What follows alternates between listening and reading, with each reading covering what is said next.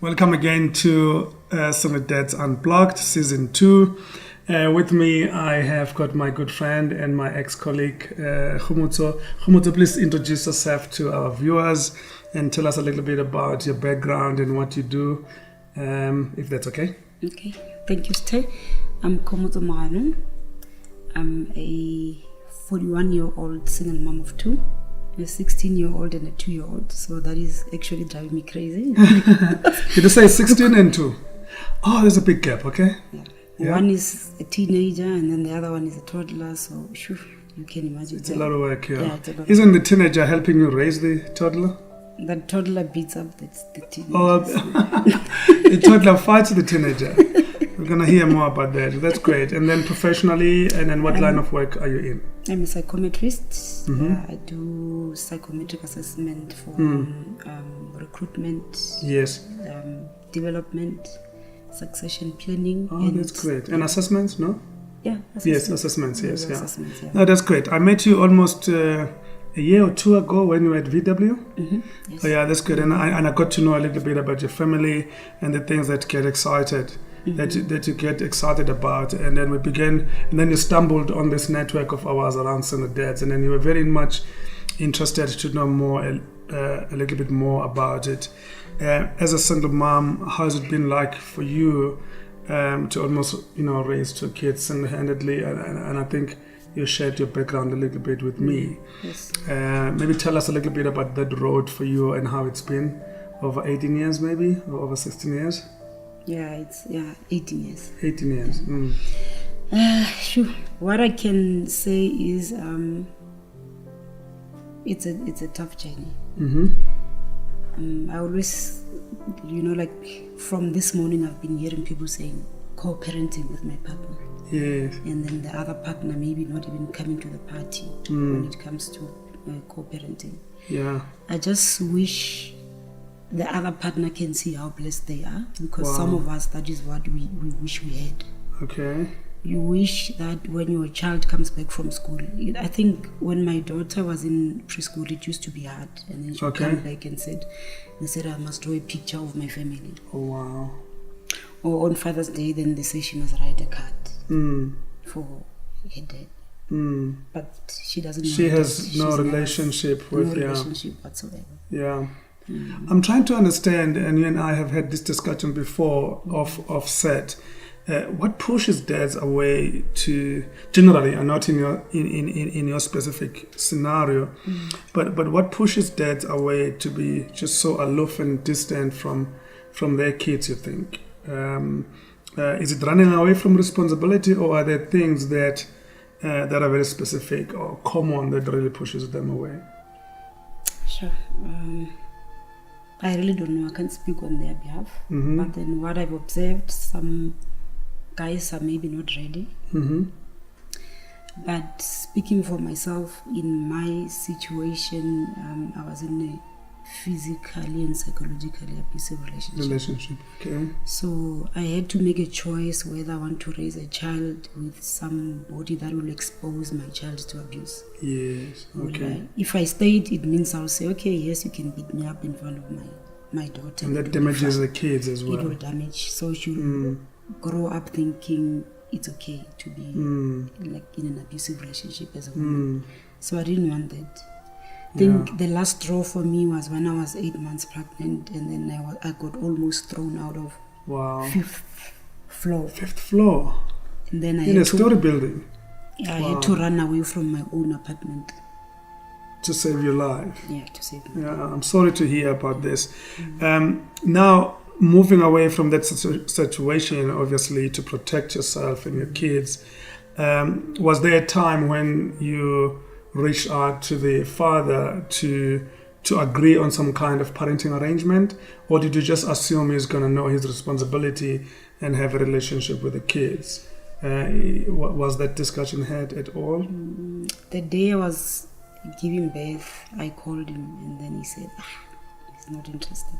Oh, giving birth for the small one? Yeah. Okay, all right. On the day that I was admitted, spoke to my gynae, then she said, no, you are in labor, go to the labor ward.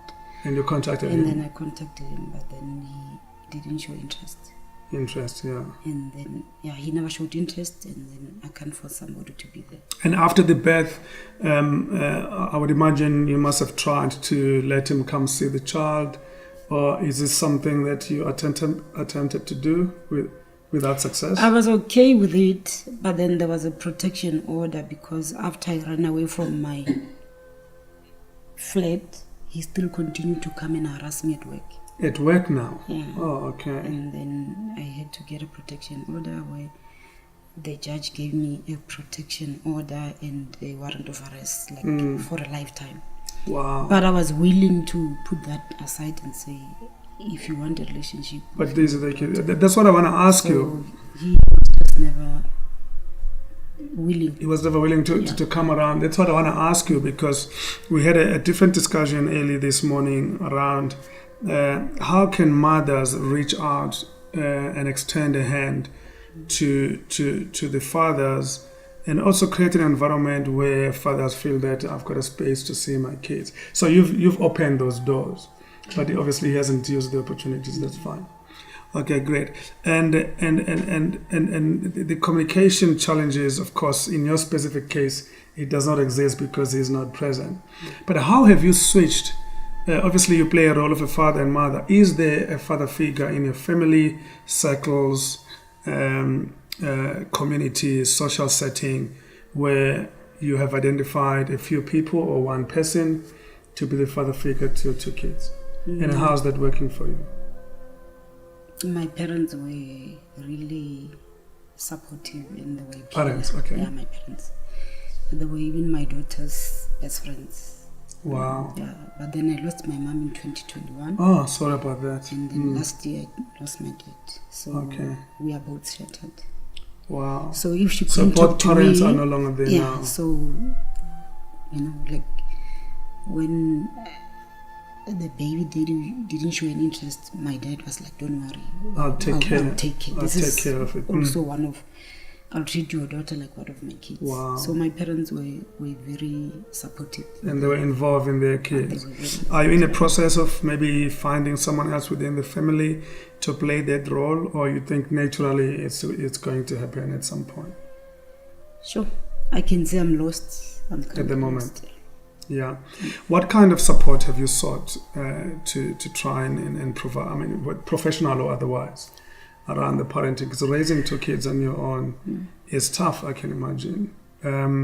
Have you reached, I mean, you were listening to other conversations as part of this season earlier, where we've got a panel of experts in our community that can assist. Have you tried to seek those kinds of opportunities? When you reached out to me and then you told me there's this network you're starting up, Yes. I think we spoke on WhatsApp. Yes. And I was excited about it. I even asked you, why don't you have something for women? For women. And I even first I said, can single moms also attend? Of course, He that's said why yes. you're here. And I must say, I've been hiding this trauma. I thought I was okay, but then this morning when everybody was talking, that's why I had a breakdown. It came back, and then Then now I see I need help. I need of course to reach out, because I'm always so into myself, alone, not talking to people. Definitely, yeah. I want to say that moms like Khomotso and single dads alike have got access to our network of our network of practitioners, because parenting challenges are facing everyone, especially those parents that are either raising kids on their own or facing challenges with co-parenting. I'd like to put a challenge: if you follow our channel and you follow our platforms and then get involved in the Single Dads Network, and then you can go to our website, dadconnections.org, click on the panel of experts, find out what kind of help is available there, because we are all navigating this parenting journey on our own, and we are actually finding ways to find help. The other thing that I want to touch on now, Khomotso, is there a possibility for you to reach out on the family side, on the side of the father's family? Is there a support network that you can leverage from on that side now that your parents are no more? Yeah, I've even lost contact with them. So and they don't reach out to you as well? No. So these kids do not have any relationship whatsoever with the other side of the family? No. All right. Yeah, so that's it. But now you have us. We are your family. And I'm glad that you took advantage of this opportunity to get other, Portia was here talking to us earlier as part of the panel, sharing her own story as well. Her circumstances are a little bit different, but now you've got us as a family. You can reach out, and then we can connect you with the right people to help you walk the journey. Yes, thank you. Is there something that you would like this network to do differently or to do more of to reach people like yourself, or even single dads that are just stuck as yourself? Is there something that we could do to actually assist them to find us? Because we think there are just more people like yourself that are stuck. Sometimes the legal route is not always the answer. Maybe you just need a social network and a support group like ours to get things moving. Do you think this platform and this community could assist? And if there is other things that we could do, how could you leverage on those things?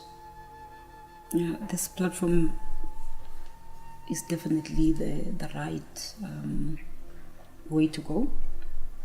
The right first step. I heard Portia earlier saying we still have a long way to go, but then it's definitely in the right direction. Yes. And I heard you earlier speaking about social outings. Yeah. Social connects for this community where we want kids to get involved. Yes. And then you spoke about a single dad who's raising a teenage girl.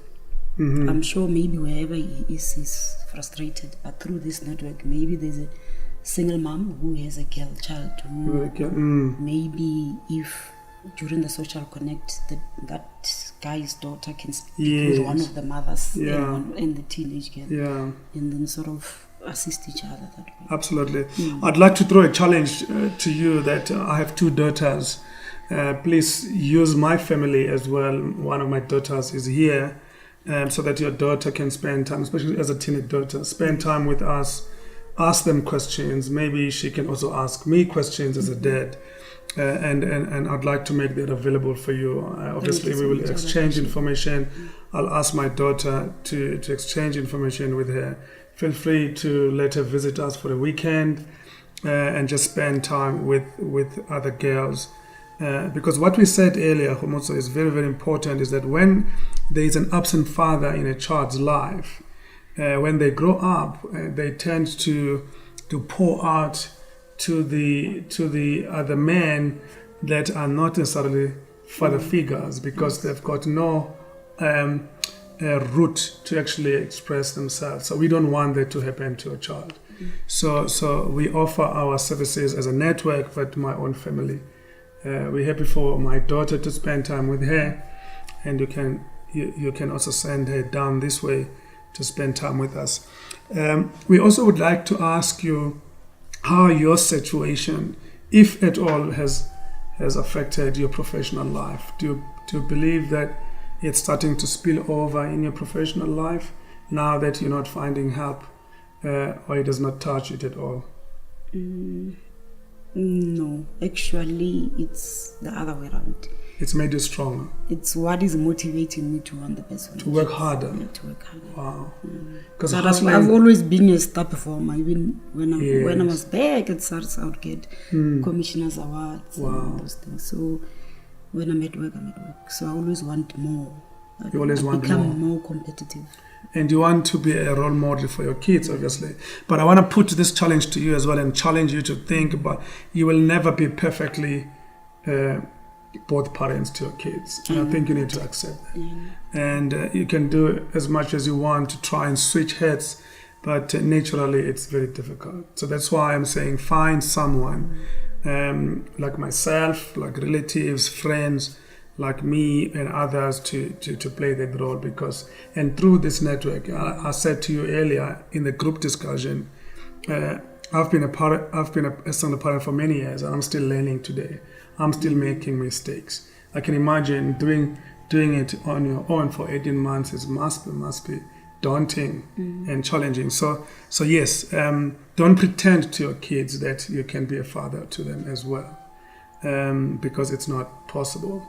Last thing that I want to touch on, other than the dad being present or not present in your child's or children's lives, have you learned anything from friends that are also single parents, both male and female, things that you want to take with you and perhaps apply in your own situation that you want to share with us?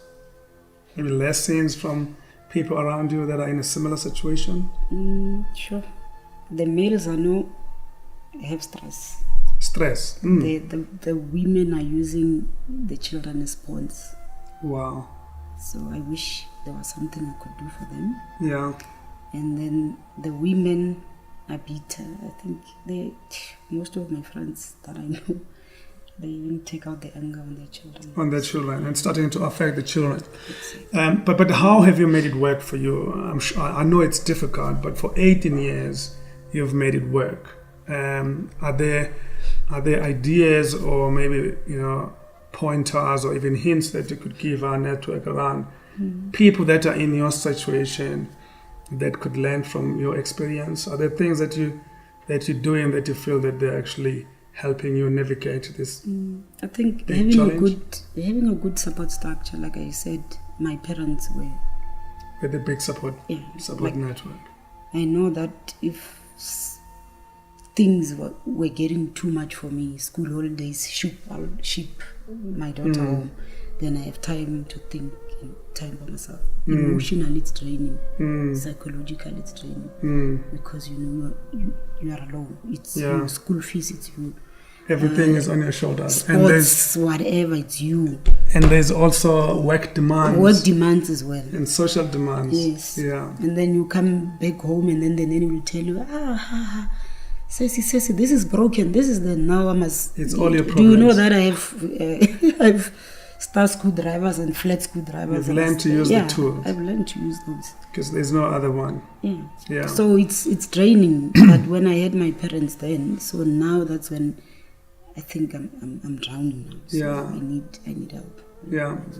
Ladies and gentlemen, those of you following us, you can see this is a very sensitive issue, not just to Khomotso, but it's also affecting us as the network. And we call on people watching and following us to offer support through our platform, not just for Khomotso, for other single moms and single dads that could be facing this issue. In fact, as part of this season, we want to delve deeper into how we can assist people like Khomotso and single dads that are struggling to access help and access information. And on that, I really would like to implore everyone watching, if you have got ideas around how we can support our colleagues in this situation, please reach out to us. Pop an email on dadconnections.org or follow on our social platforms, and then we'll appreciate your involvement. Khomotso, I wish you well. Thank you. And I hope your situation is going to improve and change for better. And again, we are here to support you. I really appreciate your time. Thank you. Thanks, Sissy. All right.